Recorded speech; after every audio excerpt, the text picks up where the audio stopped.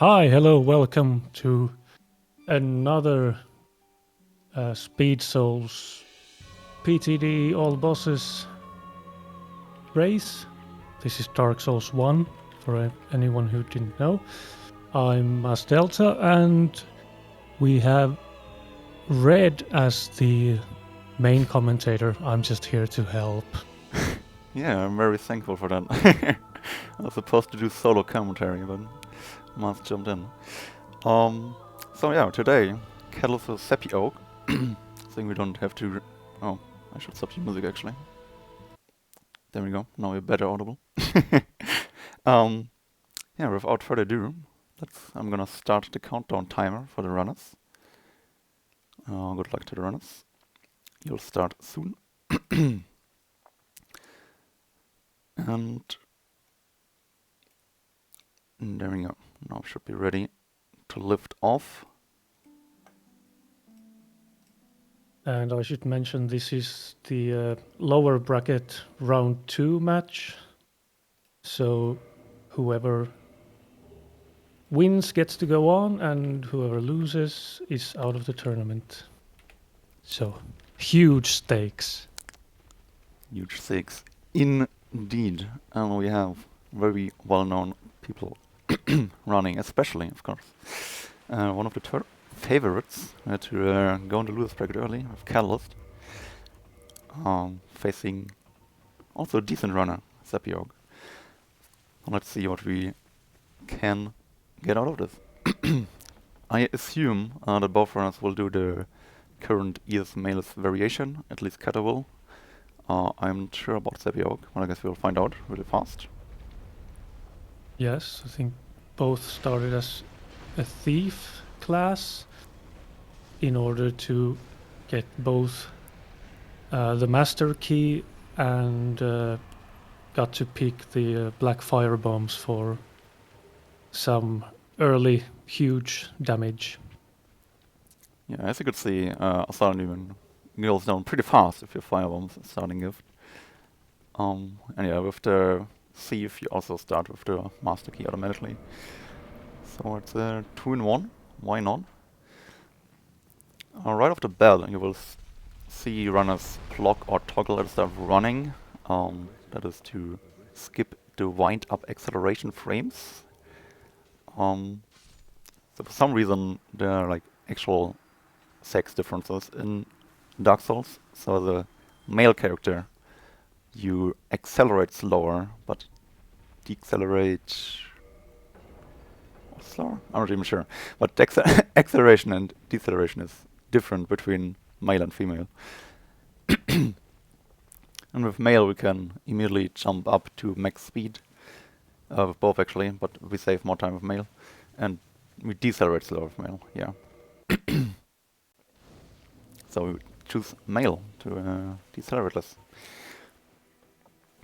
We saw Kata do a cool trick with the menu here, which lets you skip the prompt that comes up in filing, that keeps you from sprinting for like 2 seconds.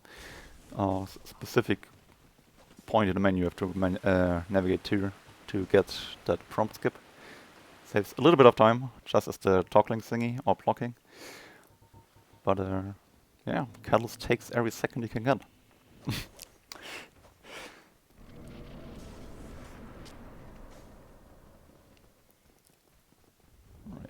Making our way through the undead berg. Get a little visit by Hellkite here. If the runners roll correctly, they can get through without a stagger, which worked. And then we'll get to the first merchant in the run, and of course also a glitch coming up, namely a prompt swap.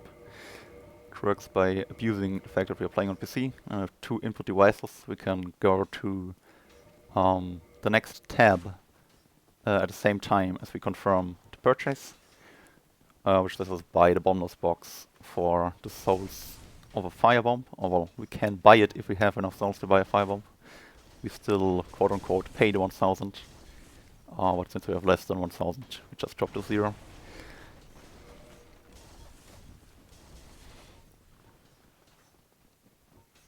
And the race looks to be pretty even at the moment. No huge mistakes from either. Yeah, Underberg can be an annoying part of the run. But experienced runners should be able to handle any hollow RNG that gets thrown at them. And most of the time they do. In this case they did. We are going strong. Yeah, second boss of the run, Taurus the Demon. One of the, I guess, few normal fights in the whole run. We just have a knife and they have an axe and we attack each other until one is dead. It's just that he has a crossbow archer backup, but it doesn't matter on this point of the arena, so... Oh, no trouble. Speedrunners just practice. Here's a weapon, you have a weapon. No reason why I shouldn't always get it. I learned it from YouTube comment.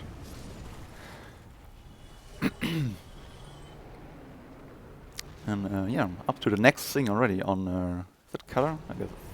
Yeah, it's color. Tail cut. We shoot the Hellkite down, and with 3 attacks on the tail we get a cool weapon. Drake Sword. Which we will use for the next boss and a few other minor things in the early game as well. So I hope Sappy also gets a good tail cut here. Well, that means I think I was wrong. I think Sappy actually did the prompt skip in filing and not cutter, but I'm not entirely sure anymore. I think you are correct. They both went for the pop-up skip thing. Only both? Oh. Only, I think only Sappy got it. Oh, I see. So I'm not quite sure to get everything correctly if you watch 2 screens at once. And we are already, again, on the next glitch, skip, sequence break, whatever. This run is stacked. It's the Saint's Gate skip, found by Captain Tono. And as this name suggests, it lets us skip the gate of Saint's Fortress.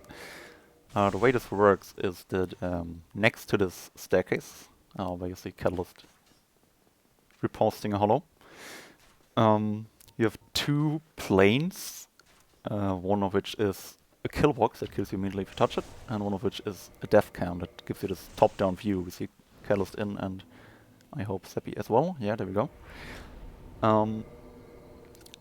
And they are not on the exact same height, so you can trigger the death cam without actually triggering the kill box. And with that, since the game usually assumes, well, it does assume that you die if you trigger the death cam, it just stops loading anything new on the map. So you keep what is already loaded and can do whatever you want with it, but nothing gets loaded in. And luckily for us, the collision is loaded up until a few steps into the Saint's Fortress. The gate is not loaded, so you can just walk through it, quit out to get rid of the death cam, and also to load the collision of the rest of Saint's Fortress. And yeah, you're in Saint's Fortress without needing to ring any bell. Quick and easy.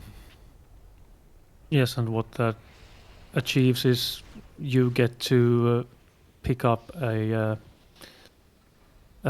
large weapon with lots of damage pretty early and come back to the normally early game bosses with a huge damage increase.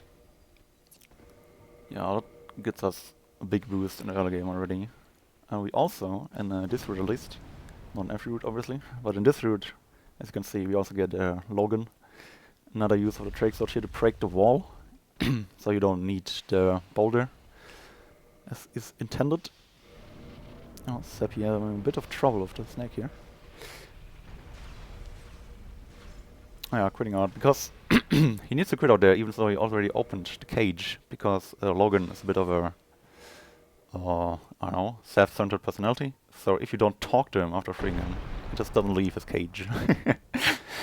Like, alright, nice, you saved me, but I want to stay in this cage, and unless you tell me that you want to learn my sorceries. So, to be sure that Logan actually moves to filing for the spell buying later, Sappy has to, or decided to quit out there, talk to him in peace without the snake having a go at him.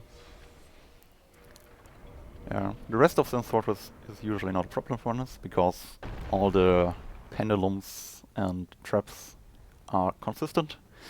So if you trigger a trap, like Sappy is doing right now, you know when the balls come, and ideally you don't want to get hit. You got hit there, but survived, so that's okay. And the pendulums will always swing at the same time if you quit out at the same place, and move at the same speed. So yeah, if you went through this fortress 1,000 times, you know where the pendulums will be, and that you can just run through straight without stopping like Sappy did there, and Kata did already a minute ago or something. And from what I could see, I would say Sappy is about 30 seconds behind at this point. And let's see if the Iron Golem gives anyone any bad RNG or memes. Yeah, Catalystz getting a really good attack with Stomp there, that makes it very easy to line up the stagger. And you want to stagger him after 400 damage below the knees. And if you get him perpendicular to the ledge there, what Kata did, you can just make him fall after you trigger the, I guess, staggering back animation with another 200 damage below the knees. Yeah, that wasn't really smooth. Iron Golem is like on a semi-consistent cycle, I guess.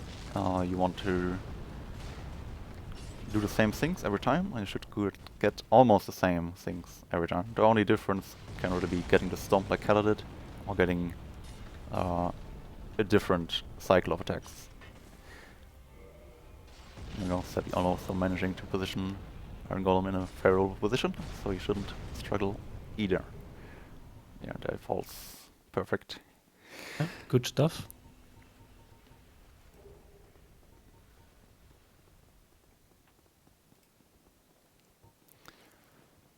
I don't know, we had a pretty long running segment. Maybe you can tell me, Red, because I'm not too familiar with this route. We've seen Kata dupe at least one soul at this point. I guess you need a lot of souls, and if you die, you need to pick them up in order to buy stuff or level up, or how does this work? It depends where. So in the early game now, you want your souls, because you need the 27 strength for the Dragon Tooth. So if you lose your souls, you need them back, or you need to dupe a lot. But later on, we will do a QS, or quantity storage, at Fremd really early in the route. And after that, you don't really need any souls anymore, besides the souls you get from killing bosses for some shopping. But other than that, you don't need any souls, and you can just always Dark Sign or die or whatever you want. So it's really comfy in that regard, that you don't need to look at your souls after like 25 minutes into the run, if nothing goes wrong. Yes, so the early game is pretty critical. Yeah, definitely. I'd say the early game is probably the hardest part of the run, honestly. Because once you get all the levels from the Frame Tube, you guys will see it when we get to that. Shouldn't be too long anymore. Yeah, there's nothing that can really break your run. Just have to go back and do it again. We saw Kata level up the 27 strength in Dark Moon Tomb, and I guess we'll see Sappy do the same thing now. And also picking up the Ring of Sun's Firstborn, I think it is. Yeah, we don't really need that specific ring, but it's just a ring that's on the way. And we need any one ring besides the Ring of Favor and Protection for Equip Slot Manipulation. The reason why we can't use the Ring of Favor and Protection is because he has the break setup if you try to remove him. Not break setup, break prompt. That it warns you that it will break, which does not give you the dialogue prompt we need for Equip Slot Manipulation. But we'll get to that glitch when we get there, because it's fairly complicated glitch. Oh, Sappy getting blocked by the gargoyle there, but no problem. And we will see Sappy do, and saw Cutter do, I think. I didn't pay too much attention while I was ranting about the crypto manipulation. A quit out at the top of the elevator here. That is to reset the elevator to the bottom, because you don't need him in the top position anymore after we got off. Yeah, that looks good. If you quit out before the elevator reaches its final position, it resets to where it was before. But you are on a stable ground, so you spawn on top. Saves a bit of time in real time, but usually we do the runs in in-game time, so quit outs don't count towards the timer, and then it saves a lot more time than in real time. Oh. Did Kara skip the bonfire again for honors? I think he did. Absolute madman. I think so as well.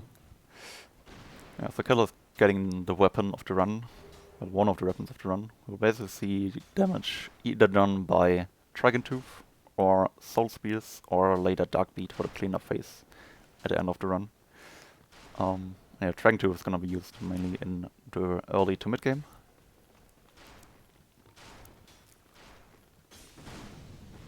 There we go, another usage for Drake Sword here. Oh, didn't actually get it off, because I forgot to lock on, and then this can happen. You need to hit really just the center of the enemy. Oh, gets the parry. Very nice parries. Okay, got the damage before the parry went through, or if you even went through. But yeah, had enough health, luckily. And Catalystz fighting Ones now. It's gonna be interesting, because he, again, decided, he's the only person, I think, in the whole tournament who decides to skip the bonfire. Like, it really only takes, like, 10 seconds to get it, but I guess he doesn't want those seconds. And gets a nice opening. Not so nice strafe of this smart attack. I think it was actually smart of him to not spam roll out of the animation, because he would have gotten hit by Ornstein, I think, if he rolled out of that in panic. He decided to stay down to dodge the Ornstein attack first, which is pretty smart. And Smaug's just a stagger cycle, so nothing to worry about in that phase. So yeah, got past Honest again without problem. I guess that's why he doesn't take the bonfire. He's just very good. Yes, experience coming into play there. Not panic rolling out of getting up, as I would do probably. We kill Kunur because it's faster, and because we want to Dark Unlondo anyways. Sappy struggling with move swap. It's very understandable. Move swap is not an easy glitch at all, even though you see top runners get it every time. But it's actually fairly precise from the inputs, because we didn't actually talk about move swap at all yet. So move swap, the glitch you see runners do before entering a fight, allows you to use the... Oh, hope he remembers to quit out. Allows you to get the running, plunging and rolling attack animation of the right hand weapon onto your left hand weapon. And the way this works... Sappy died. Unfortunate. The way this glitch works is that usually you can only two-hand your bow in your left hand. However, if you queue up two-handing the bow in your left hand during an animation, like a roll, and then you swap out the bow during this animation for another weapon, the two-handing command is still stored. So the game two-hands for you, even though it isn't a bow anymore. And then doesn't know what to do, because this weapon is not supposed to be there. So it just takes all the attack properties the bow doesn't have, which is running, rolling, plunging, from your right hand weapon, and gives them to your left hand. And that way we get this insanely quick double attack on the Dragon Tooth, or any other weapon of our choice. And that's also the reason why we get a thrusting weapon at the merchant. As we see Sappy dancing around with Ornstein and Smo, we saw Kata doing quick work of the gargoyles with move swapped Dragon Tooth. Does a lot of damage to the well, the early game bosses don't have that much of a health pool, so pretty quick work.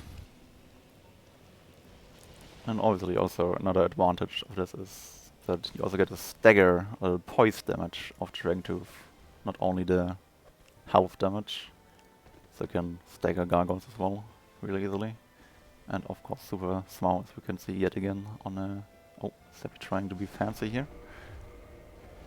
Not quite working out, because the pillar's in the way, but he got him down. Nice. I think he forgot that it is actually Ornstein who is susceptible to fire and Smo who is susceptible to lightning, I guess. Small does still take a decent amount of damage from 5 bombs actually. Oh, cool. I'm pretty sure that bomb would have... I'm not entirely sure. Might have needed 2 bombs, but it's not out of the question that that bomb would have killed him. Consumables only experience come through. Oh, yeah. Challenge running. all Catalystz sorts just of got things.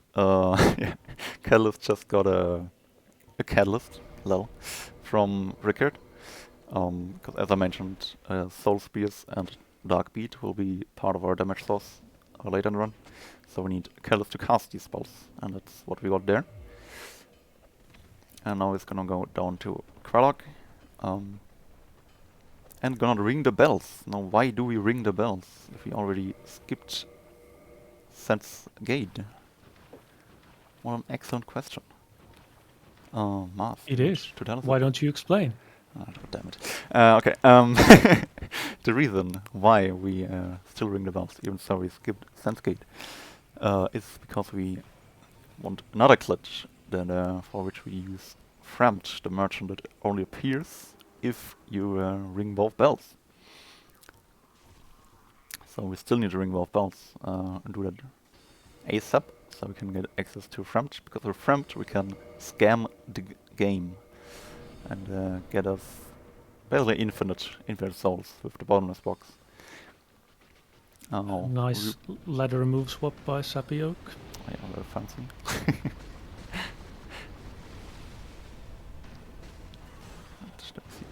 Catalystz fighting Kralok while Sappy's at the gargoyles.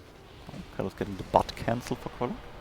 Very appreciative of that little attack animation cancel. Oh, Sappy struggling with the gargoyle. Getting another fly on. There we go. That should not be a problem anymore. So, Catalystz will do the French glitch I talked about as soon as he sat at the bonfire and walked back to Firelink. So, we need to know various things for this. First off, we need to know what quantity storage means. You can store a quantity by looking at a quantity. Then, if you look at it, it's stored. We do that usually by looking at a drop menu of X amount of arrows. But to get X amount of arrows, namely 999, we need to tube arrows first. So, second thing you need to know. If you quit out and use any glitch that uses stored quantity, it's gonna use 00 as a default quantity. And from the 00 you can go down to 99. Third thing you need to know. If you have stuff in the bottomless box and you sell it to Framed, but more than you have, the game like underflows your quantity, and instead of selling what you have in the box, you get the max value, namely it has arrows 999. And now we have 999 arrows, and can use that to again also have the Kralok soul in the bottomless box and to sell Kralok soul infinitely often. We do so 3 times 999 and 3 times 99 or 98 for 32 million souls. Yes, that's very simple procedure Yeah. to explain and to actually do in the game. Yeah, it's actually really easy to do as well if you understand it. Things we're gonna do is again queue up an action, in that case using any item with a confirmation box, so yes, no, like a homeward bone. And then we don't let that prompt show up until we are in a merchant menu. And then we get this yes, no in a merchant menu, and then we have two overlaying menus, and then the game's confused. That's probably a better explanation for the last step than the game's confused, but as a runner, that's all you need to know. That's how it works. And yeah, now Catalystz used the same procedure again to buy 4 soul spears instead of 1 from Logan. Leveled up a lot of stats. We'll go over what exactly the stats are when Sappy gets there. And we'll now proceed to fight Stray Demon with magic he just got from Logan. And 99 intelligence. I can spoiler that threat already, because intelligence, well, makes magic do more damage.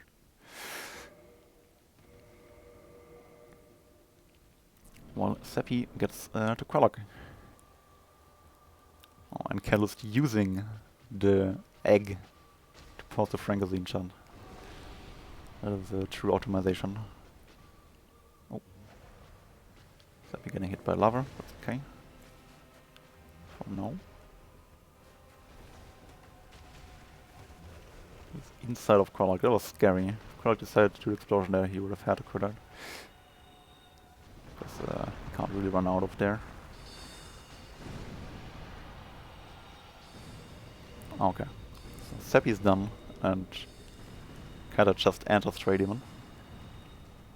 And Stray Demon is, yeah, he's very tanky, so we need a lot of soul spears, but the previous route did it with DT plus 0 moves, so that took way longer than soul spear here. Very nice optimization of the route. And yeah, with that Stray Demon is also down. Very cool. Sappy is still poisoned and with very little health, but I guess he'll make it to the bonfire. I should. And he does. Yeah. Luckily we have the fire bombs there for the worms. Otherwise it would be slightly risky to kill Engi, but we can also talk to him, of course. So Sappy's gonna do the same thing. Put arrows and soul in bottomless box. Get the fire link, talk to Fremd, scam him for 33 or 32.9 million souls. And proceed with a lot of levels. Meanwhile, Catalystz is going to the painted world because we want an item there, which is the red sign soapstone for complicated black magic. Yes, more complicated glitches coming up. But he, Kata picked up the peculiar doll in the Northern Undead Asylum in order to get into this painting where he will pick up the red sign soapstone, I believe it is. Yeah. Which is normally an online only item, but it will be used to trick the game into being confused. So he will equip the red sign soapstone into a ring slot, and it will magically become a ring. Yes. That's about how much you need to understand. Yeah, some annoying crows on the way, but that shouldn't be a problem. Well, Sappy struggling with getting the bone queued up with the bow toggle animation. Oh, Cal's doing a plunge here. Plunge community. Happy. Okay, now we can go over the levels actually. So, Sappy will show us. We get 33 vitality for artist assets, 16 attunement for 4 human slots. 52 endurance is gonna be used for an air roll setup. You're gonna get 53 strength, which is the strength benchmark we need to two-shot Artorias if he gives us correct attacks. 45 dexterity for maximum casting speed, because casting speed actually increases with dexterity. Up to 45, that's when it stops, so we get 45 exactly. And 99 intelligence, because, well, magic scales of intelligence. I think the scaling actually stops at like 94, if I'm correct. But yeah, since we spam up anyways, just might as well get 99. Not really faster. Like ideally it's faster to stop at 94, but you're never gonna hit exactly 94, so why bother? Yeah, Catalystz killed Priscilla. Nice. And is now gonna do the black magic ring clutch. As soon as he gets to Undead Parish. So, for the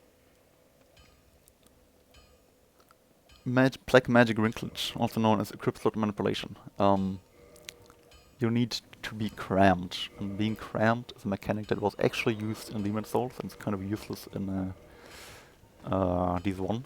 But if you get over 10,000 weight in your inventory is full. And if you actually get over it, which we do by using the quantity storage again to buy 999 pikes, 198 actually, which is 9,980. We get over the 10,000 with the rest of the items we have in the menu anyways. And then we get into the cramped state, and in that cramped state the menu is very confused. So whenever you try to unequip the ring in the left ring slot, you'll get a nice... Scary for Sappy there, but he manages. You will get a nice question mark pop up, and then you can equip random stuff. And that random stuff you can manipulate. So you want to open what you want to equip. In this case it's a consumable, because it's the red sign soapstone. Then you need to know which slot refers to which other slot. In our case it's the head armor slot refers to the right ring slot. So you try to equip something in the head armor slot, doing an animation so you don't actually equip something there. And if you then unequip, or try to unequip, the ring you have in your left ring slot, you can equip the red sign soapstone into your right ring slot, and since the red sign soapstone has the same item ID as the red tearstone ring, but that's the reason why there are two different items, because one is a consumable and one is a ring.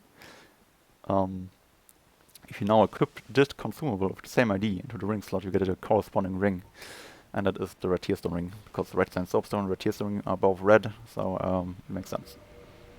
Yes, very, very simple, really. Yes. Alright. And during that explanation, Kala got very far to Hydra actually. So, why do we kill Hydra? Even so, Hydra is not a boss.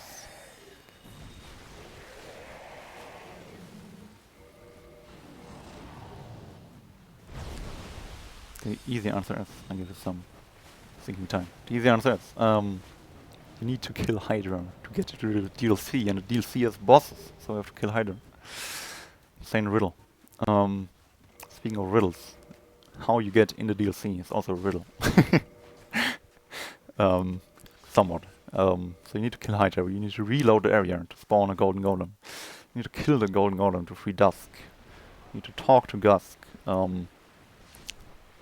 And once you talked to Dusk, if you kill the crystal golem in Archives, that stands before the weird globe in the Archives or whatever it is, that golem that is always there will drop the pendant, but only if you did all of that before. If you then return to the place where you kill the golden golem with the pendant, you will be able to enter the DLC there. Oh, Sappy almost dying. That was kind of lucky. Very well managed. Yeah. The problem with the plunges, that the fall damage cancel with the plunge is, you want to roll the fall damage, but if you land on, if you would have landed on the hollow instead of right next to the hollow, you would have wouldn't have been able to roll, and then he could roll fall damage and died. But he didn't, so that's all good. And yeah, thanks to weird stuff, when you plunge slopes in this game, you can delay or you can't roll at all in the air actually. And if you roll in the air, the iframes of the roll will roll the fall damage. Because the rolls just roll everything. I'm getting behind again. Catalystz doing a brightness dupe. So, from Hydra, we got a Dragon Scale to upgrade our Dragon Tooth, but we need more than one to get the +5 Dragon Tooth.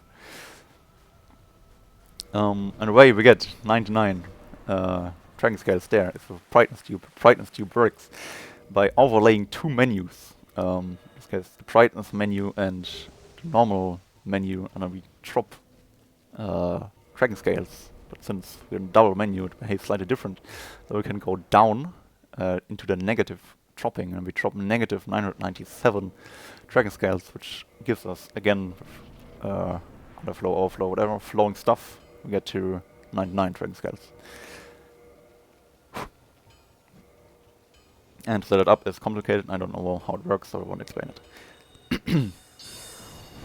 And I also saw a question about why the pike is dropped again. That's because we cannot pick anything up that has a weight if we are cramped, so over 10,000 weight limit. So we drop the pike that actually weighs like 998 pikes, and if we pick it up again, it's a normal pike again, so it only weighs 10. And the reason we pick it up again is for air rolls, because we need it for the air roll setup, and air rolls will get to air rolls when we get to air rolls. Okay, I think now I'm actually... Yes, you may take a breath. These runners are too fast. You just can't keep up with all the explanation. And yes, we saw Sappy do the same equip slot manipulation trick to get the or get crammed and get the RTSR from the red sign soapstone. And now he's off to kill the Hydra, which we saw Kara do a few minutes ago.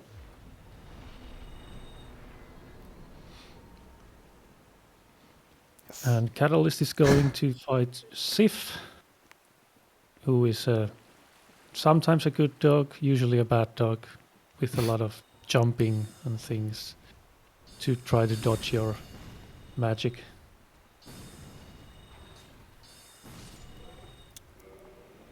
This time seems pretty good. That was a very good opening.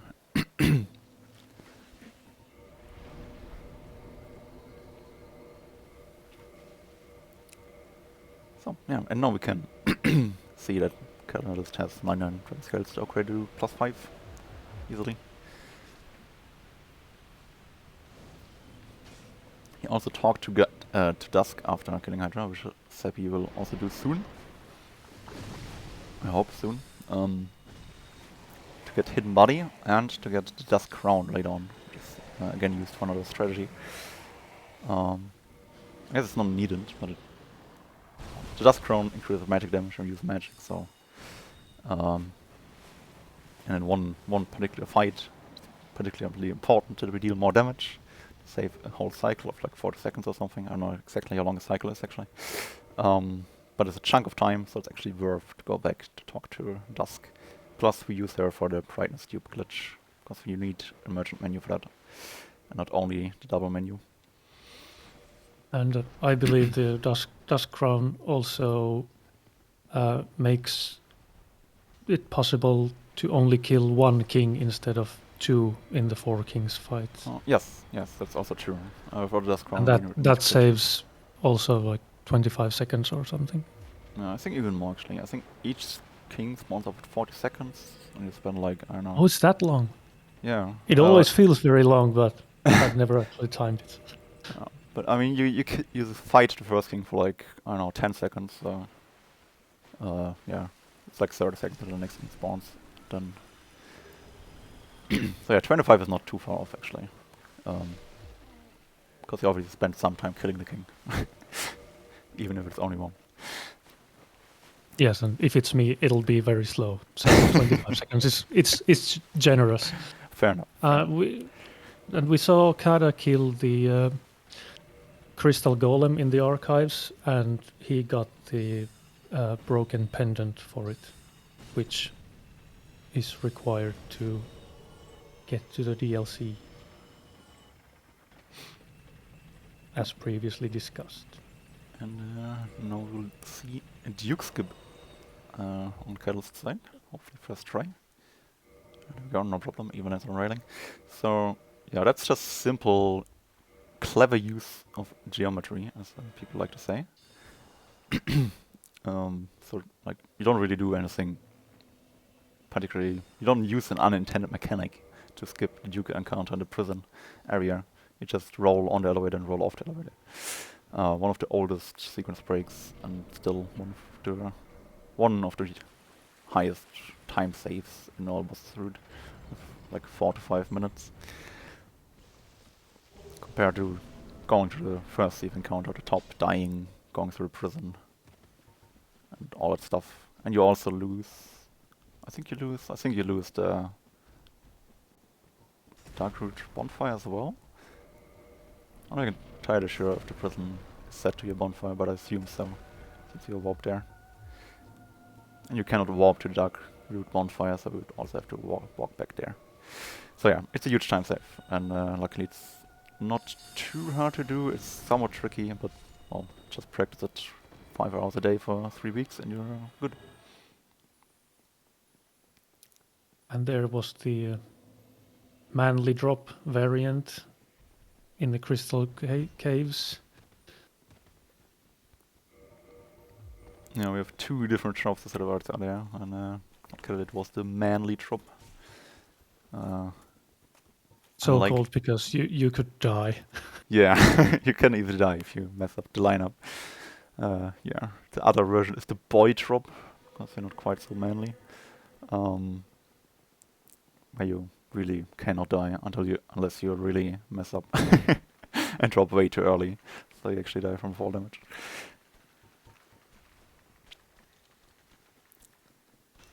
And yeah, there we see hidden body being used, which we got from Dusk, to just walk through the clams instead of having to use a clever pathing. Yeah, it is. I realize it is problematic naming boy and man these days, but that's how it is. And Thief down.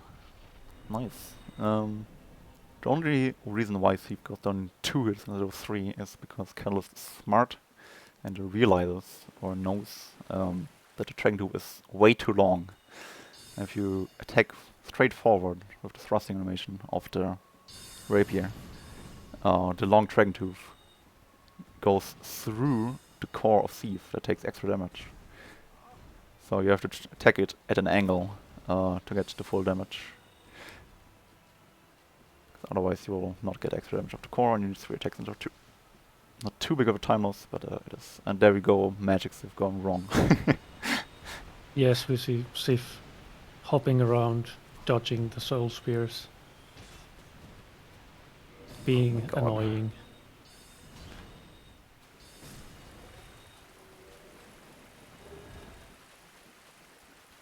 Finally. that was a fight. So with that, I guess Catalystz is pretty much exactly 1 thief segment ahead, a bit more, on Sappy. And now makes his way to the DLC, and there we see the Dust Crown lying right next to the DLC entrance. And if he's not careful, he will go to the DLC without the Dust Crown. But yeah, there we go, managed.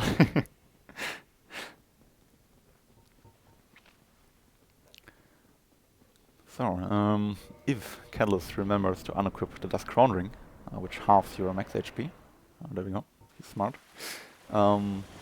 Here's Artisar for this fight, and then it can be a one-shot if he gets counter damage on Guardian. Let's see if that works out. Otherwise, I mean, stagger him and then attack him again. Yeah, that's what happens here. Very so clean it's not fight. a one-shot, but yeah, still clean. And now we're coming up to air rolls. Insane, air rolls. Air rolls were initially found on 60 FPS, because for some reason air rolls work in a specific weight range of your max equip load above 25%. So just into the mid-roll, as we call it, tier of the weight limit. And if you are in that weight limit, which is at 60 FPS between 25 and 29.1%, but on 30 FPS between 25 and 25.000088%, you can roll in the air as long as you have stamina and start rolling before you actually fall. If you just fall, you can't start rolling at any time. And yeah, we abused that. I don't know exactly why you can roll that. Oh, Catalystz messing up the setup. Didn't get an arrow, but noticed in time, luckily, to quit out and not die. That would have been a very costly death. It might have just been that he did it too fast. Because, Could be. yeah, the game delays, for some reason, the roll tier change. So if you equip an item and immediately roll, or unequip an item and immediately roll, it will still take, for the first roll, your old roll tier before you go to the second. I guess that's what's happened there. He had the right setup, but he just equipped it right before I started rolling. Still got a fast roll. Couldn't continue rolling. And 2 running attacks with a move swap Dragon Tooth and Artorias is down. No. That's just how much damage the DD plus 5 does with 53 strength. And RTSR. And RTSR. It's kind of ridiculous. Really. Yeah. And now, since we sit down at this bonfire and we need to kill Criminal at some point, and there's no really good way to get Criminal in the route, we just warp there and kill him now. Because why not? We might see another property of the Dust Crown in this fight, which is to take more magic damage if you get attacked by magic, which can be used to set up Artisar with a specific attack of critical. He only has 3, so it's somewhat likely that we can see it.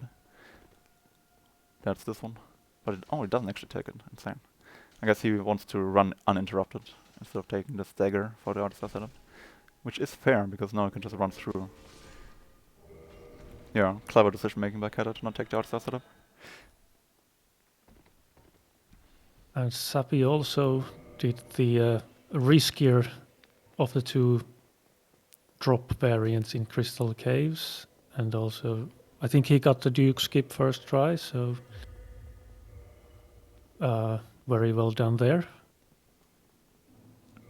Also utilizing Hidden Body to get past these clam things, who can be really annoying, especially if they follow you in the into the boss arena. Yeah, that's a dumb interaction with the first try we fight here, because the fog gate is not preloaded like on repeating tries. So if Clam follows you, move swapping with the Catalystz. That's an interesting choice by Sappy there. Well, I guess he just rolls with it now.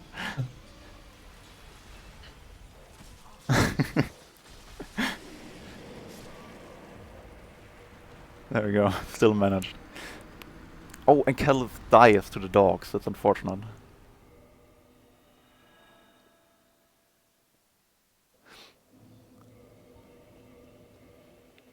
Yeah, that's really unfortunate. Hidden Body does hide you, but not perfectly, especially in there, because it hides your visual thing. Enemies can still hear you, and there's a river in the middle you have to cross, so the dogs will always hear you. And if the dogs are particularly rude, like in this case, they can actually get you and kill you. And here we will actually use another Dust Crown property besides halving max HP. They actually intended, I guess. Oh, okay, Cat has enough of these dogs, so kills them now. Fair enough.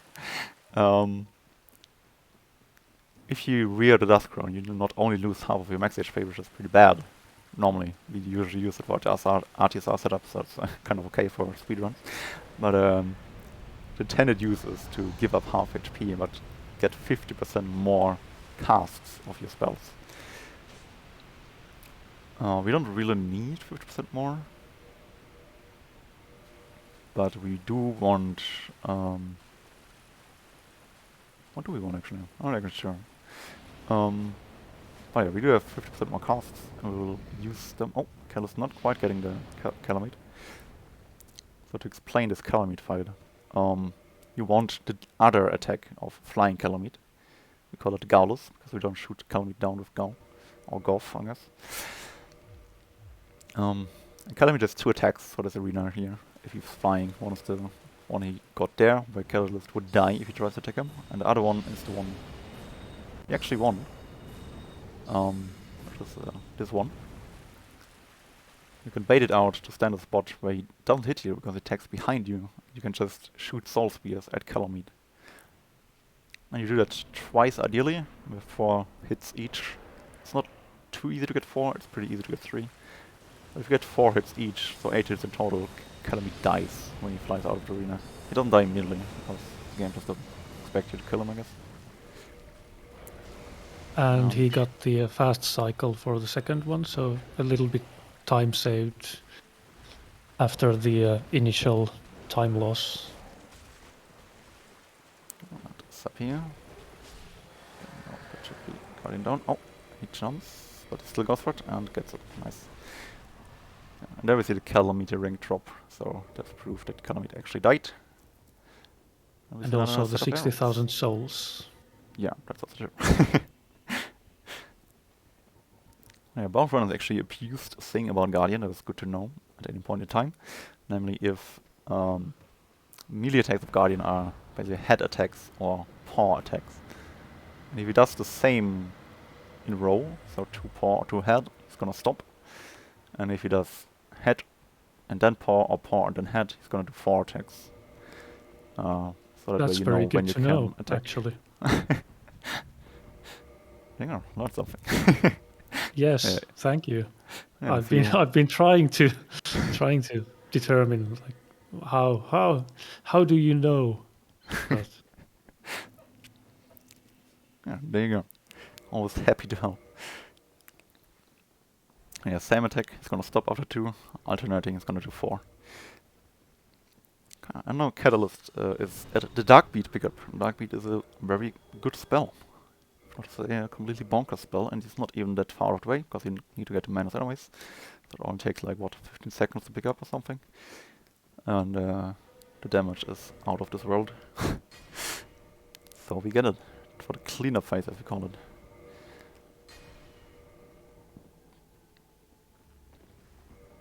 Oh, Sappy's struggling with move up again. This time actually he's too fast.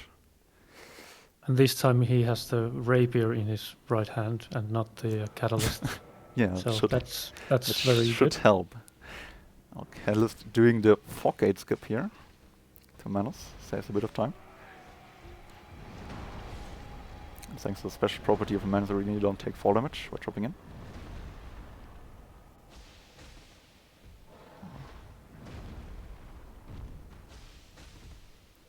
Well, we have to delay that roll super hard there, but luckily we have experienced runner there who knows how to roll attacks. It's very of advantage. I guess a tantrum.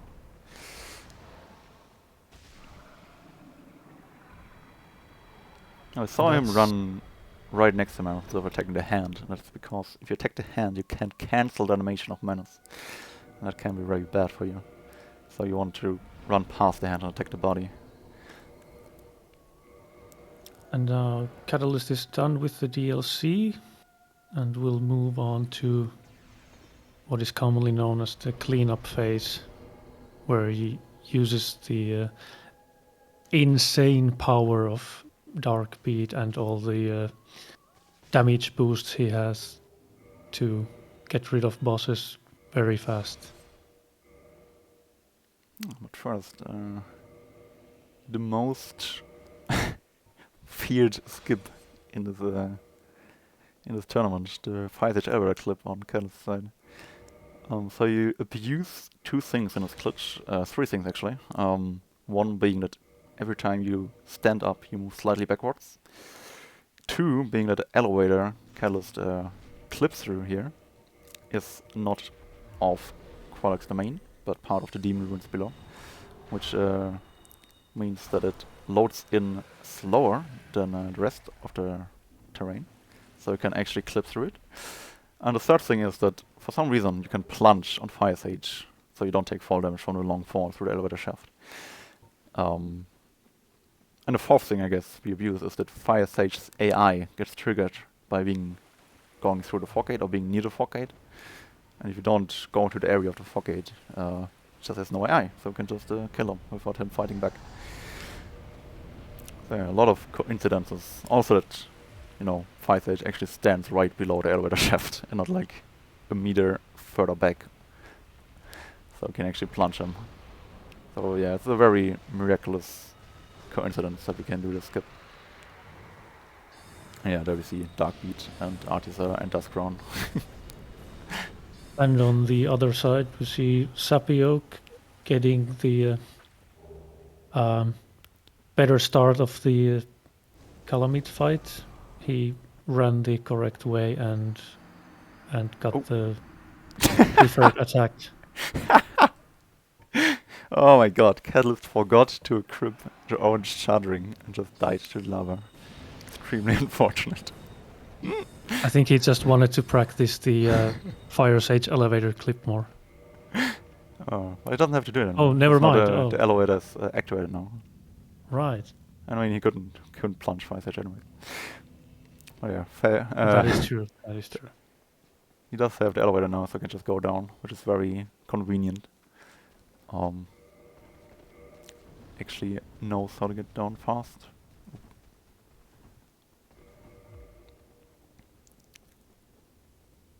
That's good. Showing us the backup strats, the Yeah. fast ones. Appreciated. Thanks, Catalystz.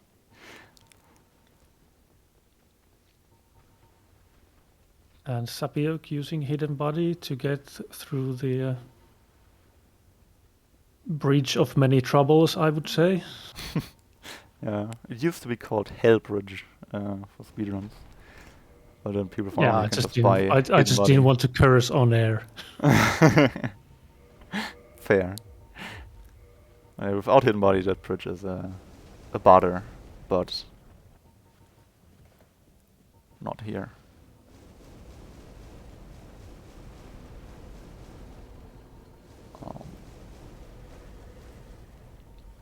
No, I don't know. Catalystz can actually walk through lava because he remembered to put on the ring. Progress. He's on his way to Bed of Chaos now. While Sappy is now in the abyss, gets Darkbeat and goes to Menace.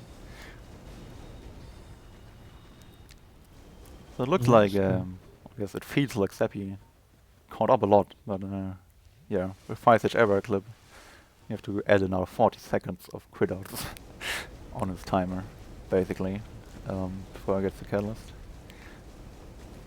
And that's why it's so bad to die to 5H ever clip, because it's just so slow, RTA.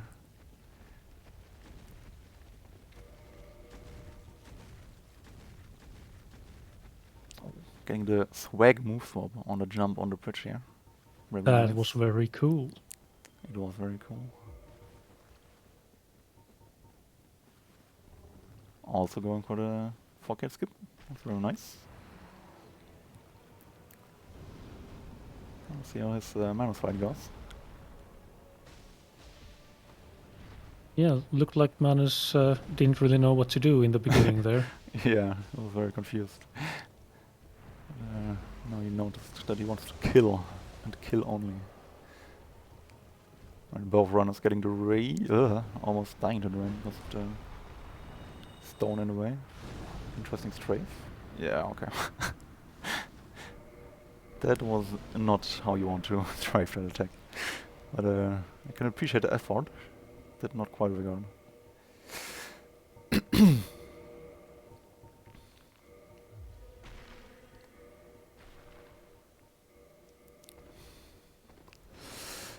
unfortunate death pickup by Sappy. Luckily he took the bonfire, which is always a smart thing to do in races. Well, Catalystz will do Toki bombs, named after the runner Toki, who found this threat. Because instead of going to the orbs on left and right, just position yourself in the middle, throw two bombs, destroy the orbs with them, and then you can go down the middle and kill the bug. Makes the fight much better. So much better. Oh, getting firestormed, but out of range already. The only thing that can go wrong is getting firestormed and get hit by it. Oh, he's alive. Jesus, what legend. Sappy got a... But can he dodge Oh, next one? never mind. Yeah. I was going to say he got a very nice RTSR set up there, but yeah, you don't want to get hit twice. Unfortunate man split for Sappy here. It's gonna throw him quite behind. Even more than was already. All Catalystz just going to kill the last Demon Runes / Idle boss with Ceaseless. Which is a pretty straightforward fight. You just walk up to him, shoot 2 Dark Beats in his face, and you're done. Because Dark Beat is a good spell. I think I mentioned it once or twice already.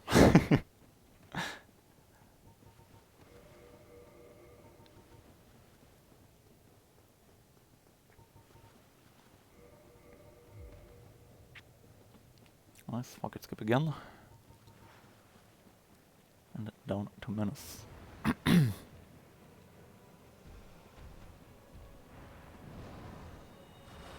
Manus a little bit confused again. Well, dodges the knees of death. Very good. It's always scary when Manus jumps at you from that short of distance. While the hands may land behind you, his knees also do damage. That's why we call them the knees of death. Okay, I think Sappy thought that attack he died to earlier was that uppercut attack we saw here. Because he strafed it the same way, but it was a slightly different attack. With a follow-up. That's I guess why he died. Was not quite prepared. But now he's also done with DLC. So it's pretty much exactly the idle segment behind Catalystz now.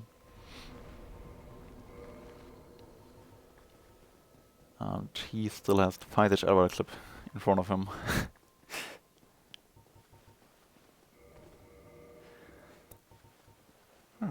So Catalystz only has left Pinwheel Nido, which is doing now, or going to do. 4 Kings, Capro Gaping, and then it's already time for the end boss Quinn for him. While Sappy has the whole Idle and Demon Rune segment, as well as that. But both runners should be done in around... Sappy should be done in around 20 minutes? I'm not very good at estimating, honestly. So don't take my word for that. Shouldn't take too long anymore. Let's take it like that. Okay, doesn't die to elevator clip. The way you can die is you hit a certain branch on the way down. That gives you your fall damage. Luckily, neither runner got it this time.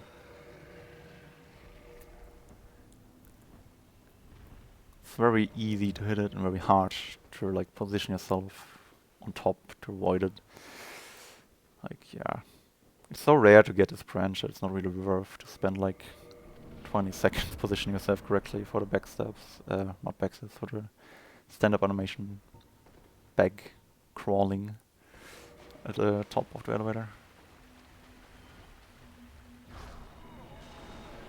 And that's Pinwheel down with 1 Dark Beat in the face. Yeah. Yeah, I don't know what the big idea behind Pinwheel was. I think they thought that people might go there early for the rite of kindling, but who would ever fight the skeletons in the graveyard and decide to go on? So, yeah, I don't Who know. indeed? Who indeed? Who indeed? Who indeed would go to the graveyard and spend like 3 or 4 hours there? Why did you go on to kill Pinwheel as one of your first bosses? I didn't know. No. There we go. Kata did the very swag fog gate skip there. Yeah, absolute insane. There's 3 seconds and you risk dying. So it's completely worth to do in races. But I guess he did it often after he's consistent at it, so why not? It's just 3 seconds you pick up. Exactly. And now Kata is going to visit Nito, the vacuous skeleton, who has some skeletons there to help him, but I don't think they will be a huge help this time because of hidden body and some very high damage magic from the distance.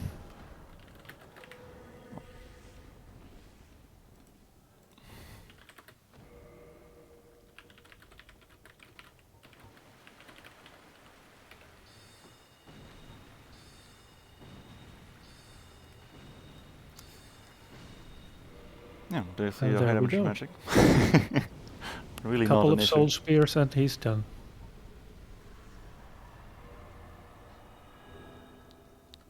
Yeah, there's not really a lot Nido can do.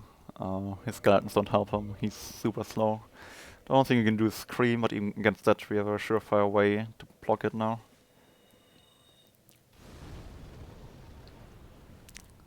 So, yeah, Nido's kind of helpless against us. Some people, I heard, still die to him, but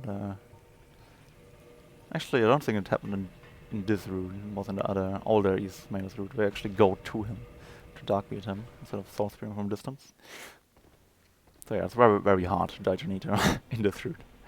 But it's possible, I guess, if he screams at a very unopportune time. Or if he screams a lot and Scullies actually notice you because hidden body runs out. And Sappy doing Toki bombs, and he got them. No problem there. No, very easy. And doesn't get... Oh. Doesn't get firestormed. You really don't want to try it at but of course the rapier. But alright, he did it. Meanwhile, Catalystz got seal skip. I think he got it. I'm not an expert on seal skip, but yeah, he got it. Which is a really small slope crit out. So if you die on a slope, your death will be delayed slightly until you hit the ground, or if the ground is far away, or just slightly. And if you quit out before the damage is done to your health bar, you can actually spawn at the bottom of the slope. And we have a really tiny little slope on that drop down into the water there that we can use for the slope quit out. Which is what we use to go down in the water without actually draining the water. And then we can go out of bounds into an area, drop down into the King's Fight from outside, and there we go. Luckily the 4 kings share one gigantic health bar and you can damage a king even after he's dead. So we can kill the 4 kings by killing 1 king.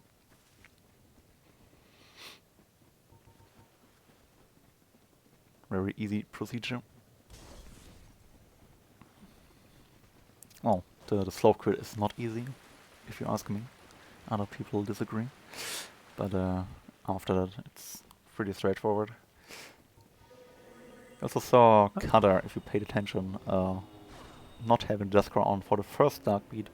That is because with Dark Beat you actually one-shot the king completely, and then you can only get 3 Dark Beats in before his hitbox disappears. So we want him to survive the first Dark Beat, and that's why we unequip Crown for the first one, and then equip it again to have enough damage for the last 3. That's also the main reason why we get 45 dexterity, because if you have any less, our cast speed is not fast enough to get all the Dark Beats in to kill the king in one. And Catalystz also did the lower Undeadburg skip, or at least one variant of that skip, where you jump off a of a staircase down to lower Undead and kill Capra. There are about 1 billion variations of lower Unberg skip, especially after planters were found. There was another billion added to the existing ones already. But it is just the fastest one we can do from where we come from. So we do it. Why not? Yeah, Catalystz going to gaping. There's a cool out of bounds way to get to gaping, but it's slower in-game RTA. It is faster in-game time, but you do with 2 crit outs, I think, at least 2, depending if you get it first or not. And yeah, that's 20 seconds, so just walk through the depths. Might as well. Well, that was a really, really good bone out by Heather. Barely any second wasted. Yeah, now he only has Quinn left. So, comfortable lead still. He can die quite a bit to Gwyn and still finish before Sappy, even if Sappy gets everything perfect now. But I assume that Kata will get it first try. Really, the only thing that can go wrong is that you miss the parry, and Kata is not known for missing the parry.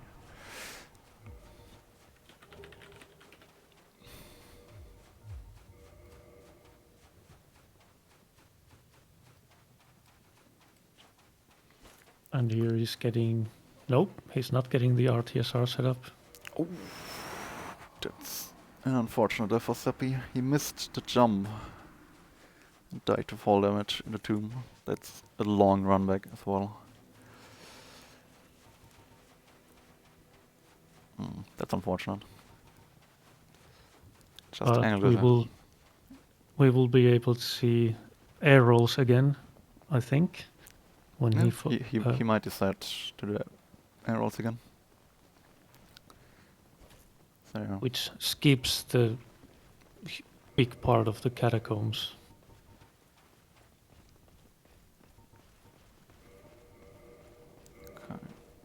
I guess since Kata didn't get the correct attack from the Black Knight, he didn't set up RTSR. Or maybe he missed the attack.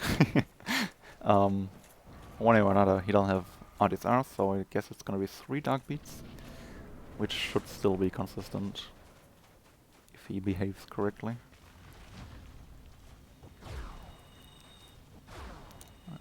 There's the parry.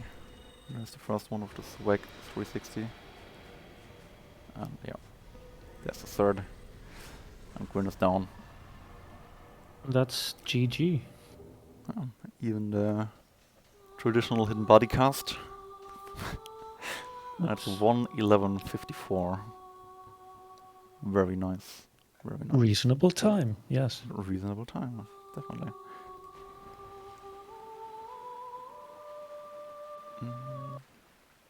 And that'll be what, like 1:07, 1:08 in-game time, I guess.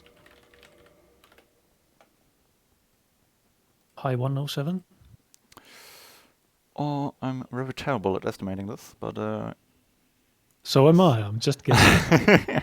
I think it's 109 that he got last week was a low 106. And now it's 2 minutes. It might be a high 107 or low 108. Based on that. I'm gonna say that, but I have actually absolutely no idea.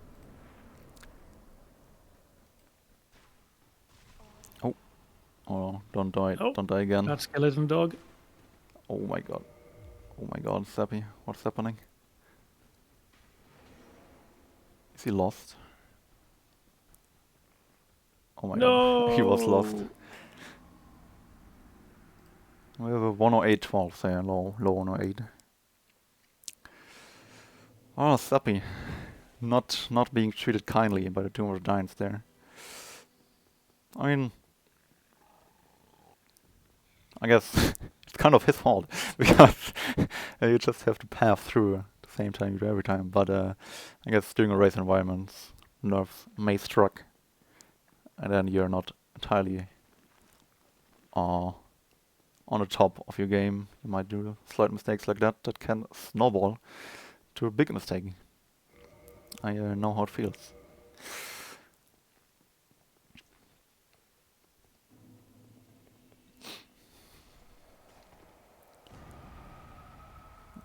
Since it's brought up in chat, I see.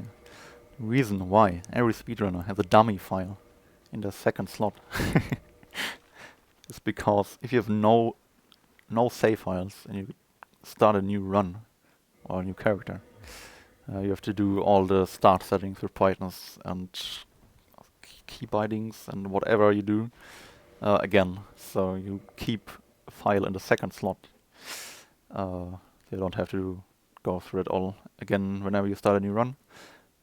And you do it in the second, not in the first slot, because in the first slot you want to have your run, because you don't have a continue button in PTDE like you have in Remastered.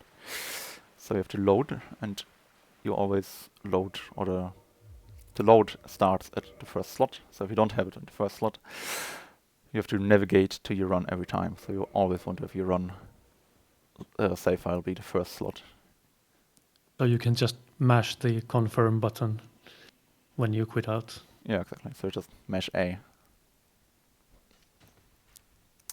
Yeah, you can obviously also push the dummy file in the fifth slot. Or you can create 3 dummy files like Raiden did that spell out with the character names. They said losers bracket was easy.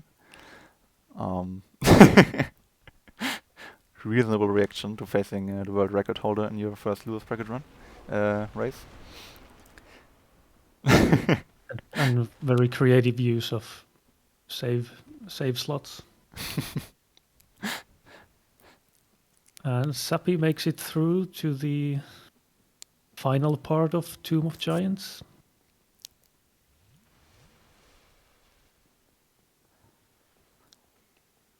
Yeah, so hopefully we get a cleanup phase for Sappy now after this tomb trouble. Hope to see a clean leader like Kata got. Smooth seal skip with a nice one king, etc. Let's see how it goes for him. Oh, gets the swag animation cancel on the pinwheel by breaking the small little scaffold below him. Extremely cool. Then we see him two-handing the Catalystz. That's for dodging Nito screams. Because for some reason, when Nito screams, you see a gigantic blade coming out of the ground. Oh my god, Sappy. And Nito dies so slowly. Is that gonna be enough? No, Nito dies too slow. Oh no. Oh, he noticed mid-fight that the crown isn't on. And decided to put it on. He's not happy. He's not happy. Okay, it just goes to Four Kings now. I expect that he will just do the rest of the cleanup phase and then either gadget into Kiln or force quit Mongrob or just forfeit. Or maybe he goes to Nito at the end. But I guess he doesn't want to go down there anymore. So he goes down even deeper to the abyss. Although I don't know which one is deeper in the actual game world. I think they're pretty even, if I remember correctly. With the map viewer, I looked at quite a lot actually, 3 years ago or something. Yeah. I seem to remember. Conceptually, he goes deeper into the world.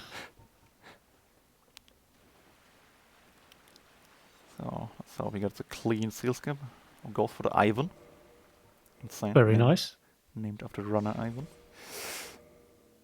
I actually didn't run Dark Souls for like 5 years now, or even longer probably. But yes, the name stuck. Even so, Ivan is only running Bloodborne now, or no, or I guess more like hiatus at the moment. But gets it. Very nice. Yeah, now I just need to run through the out of bounds area. That's the very left of him. Okay. There's a kill box you can touch if you drop in the wrong spot. I was scared, but I guess he always goes there, so he knows what he's doing. Well, let's see if we can get a clean one king here. So the procedure is first shot without the crown and then put the crown back on and do the rest. There we go. I think he missed some beads because he shot from too far away. Yeah. Well, the crown management was on point at least. The crown management was on point. But it was a bit too quick on the second shot. It's probably smart to heal up here.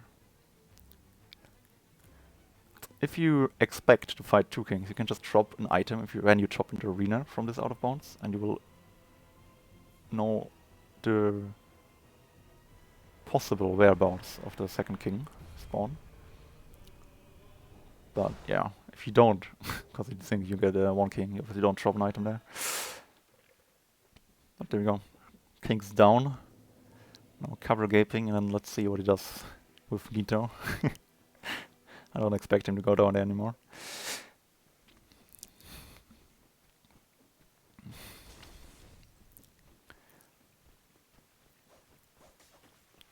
Yeah. Honestly, he had a pretty clean run before the Nito second one, if I remember correctly. He died to ONS once. I think that was it. If I'm not wrong here.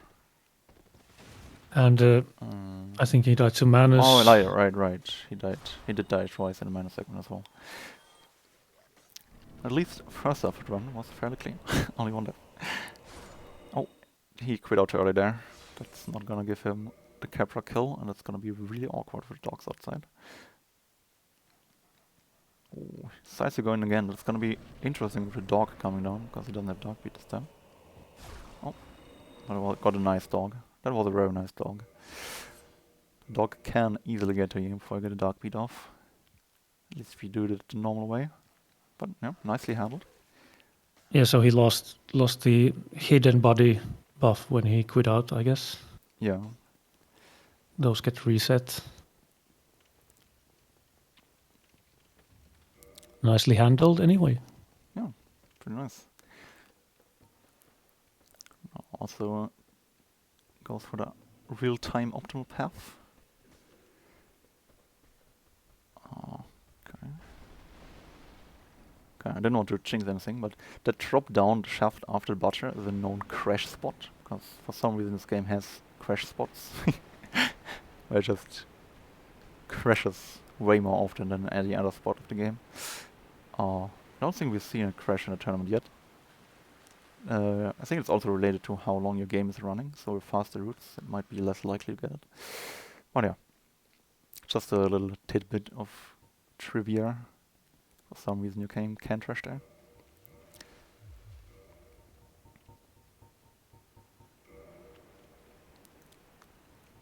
Okay, now gaping. If he gets the slam down, he can get a 2-shot, otherwise it will be a 3-shot. Oh, nice. Got a 2-shot.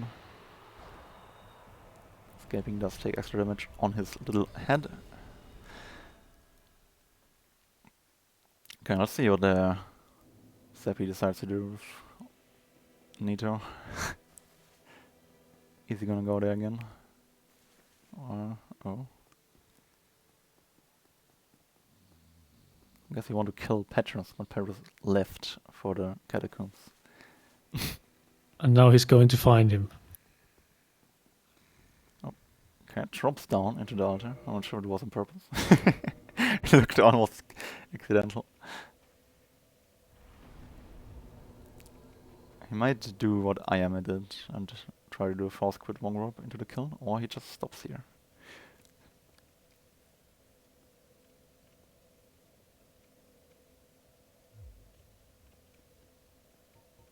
Okay, I'm extremely confused. Does he go to Nito after all? Very undecided man.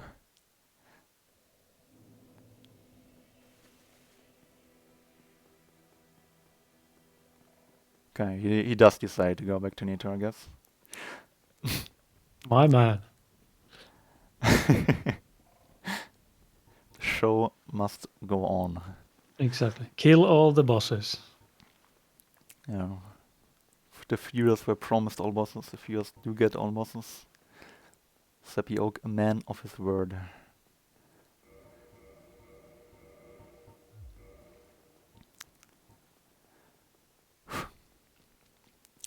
So,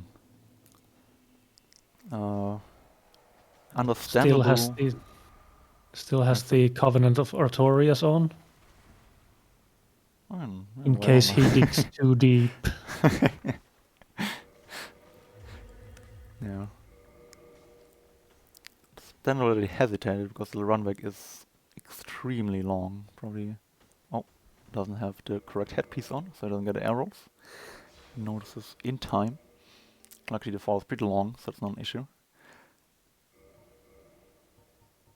Oh, he's confused. There we go. He found the issue. Now goes down without hidden body. Interesting. But I guess no issue.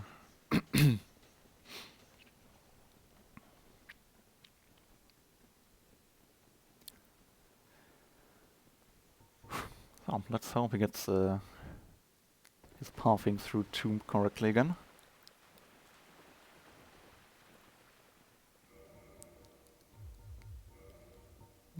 Oh.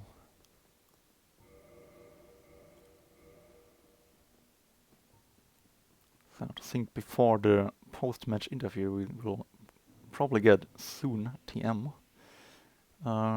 Catalystz had 2 deaths, right? Was the one to the Calamite dogs and the one for getting the the lava ring. There were I think so, yes. 2 mistakes that should come about to 108, I guess, if you normally run on 106. 2 mistakes, 2 minutes. Perfect equation.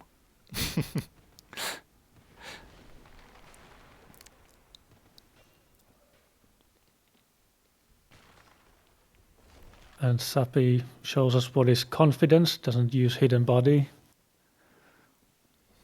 You shouldn't need hidden body if you path correctly.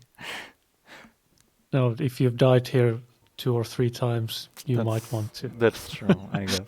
Good point.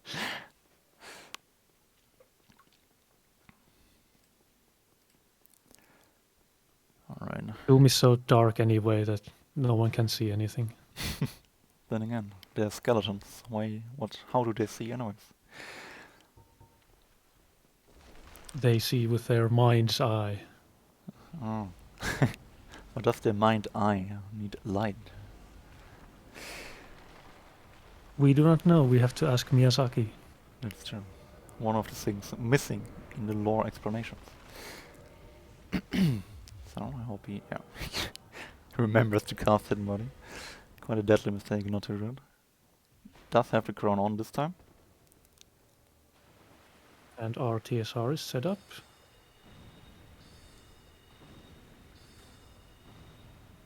And no screen.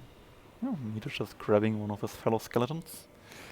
And then goes down yet again. I mean, I guess in theory he went down again, but Sappy didn't stick around long enough for the register. And there we go. Now he just has Quinn left. One last hooray through the cull. And Sappy will also be done with his run. And will he get the stylish RTSR set up on the first night?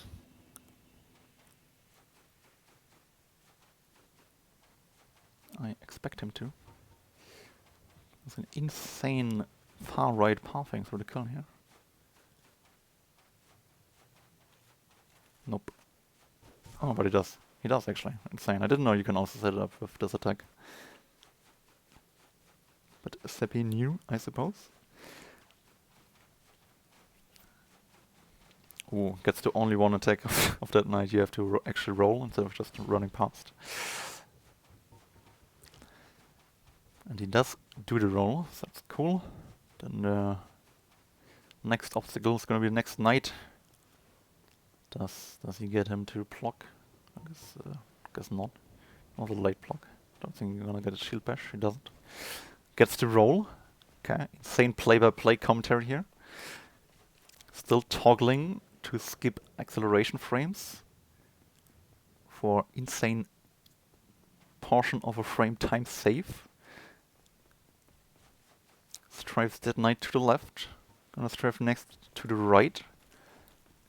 Gets through the fog gate. I expect a roll because a black knight can be fast enough to hit you through the fog gate. There we see the roll. And gets the parry. Easy club. 2 dark beats. And he's done with Quan. Done with the game. Good job. Sappy. Below 130. That's, I think, fine. Definitely had slow runs this tournament. But I guess he also had fast ones. I'm not sure actually. But both runs There we done. go.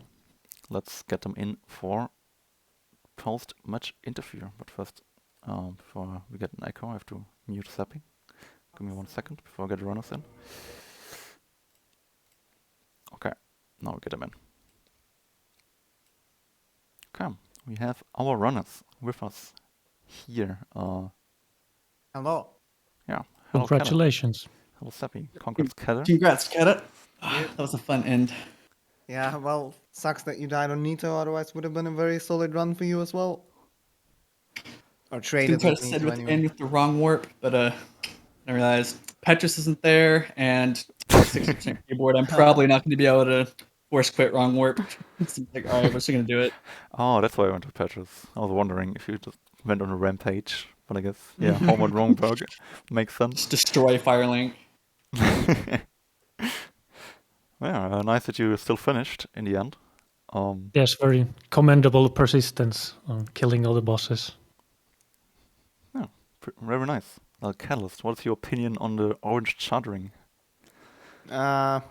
I blame chat because I was reading chat at the moment, so I kind of forgot about the ring, and then I ran on the lava, and I saw the health bar depleting super fast, but I was like too far to, backtrack on safe ground, so I was like, damn it. But yeah, I wasn't bothered by that anymore because of the Calamite stuff, but yeah, I'm happy enough that what I played today was good enough. It was a pretty clean run until the Calamite death, and I realized what I should have done. I kind of panicked a little bit when I died when I got hit by the Calamite dog.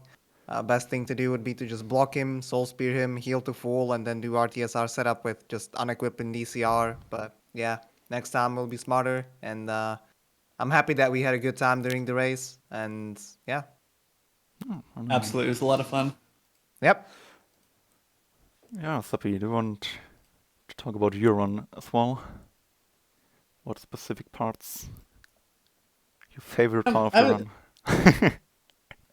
I've been hoping to kind of get a good run going in this tournament. I haven't really been happy with the way I've been performing, but overall today, I think it was an okay run. There were a couple deaths, kind of got a little screwed up there at the end, but I'm pretty happy with Yeah, with at how least things went. the first half was pretty solid. You died 1 stone S, but other than that, I think the first half of the run was pretty clean for you. So I think Yep. you got something going there, at least. Yeah, pretty happy overall. That's nice. And I guess Catalystz will go up We don't against. know yet. But, Yes, and that brings me to future runs, future races, which will be later today in about 6.5 hours, I guess. There will be Dakshul versus Alibaba. That is an upper bracket round 3 match, and the winner of that will go against Mario. And after that, there will be Regal versus Brood. Loser of which will face Catalystz in the lower bracket. And Cool. after that, we have a third one in a row tonight, which will be Nox versus Commander Ike. So 3 more runs today, 3 more races today, and the first one will start in about 6.5 hours, and then whenever the previous finishes, the next one starts. A lot of races tonight. Keller, Regal or Brood? Well, I wanna race Brood because I think if I keep on going far enough, I should be able to face Regal later. So I wanna face Brood now. Okay, It'll let's be see. fun. Let's see whom we get. Yep. And yeah, that I guess we can stop here. Who's commentating? That's a good question. We can answer in a second. There's also more races tomorrow. I'll be commentating also true. Sasatin versus Seazin, so don't want to miss the races tomorrow. Want to keep tabs on it, obviously on the challenge, for which I will post a link in the chat. Very nice of you. So yeah, Yes. for the races today, for the Duck vs Alibaba race, we'll have Regal and Commander Ike commentating. For Regal was brought afterwards with Mario and SappyOak, who just ran. Very nice. And for Ike versus Next, we're gonna have Alibaba and Celestin on commentary. I think it's the first appearance of Celestin in this tournament. Maybe I'm wrong. Maybe I'm right. But yeah, nice to have him here. And yeah, as Kata mentioned, 2 races as well tomorrow with Sars versus Yazan first, and then Pink versus QQ afterwards. And yeah, Kata already said he's gonna be commentating the first one. The second one's gonna be Elserand and Commander Ike. Oh yeah, see you around. And that's gonna be it from us. Stick around for this evening. You can go Bye-bye. somewhere, but come back. Bye bye. Bye.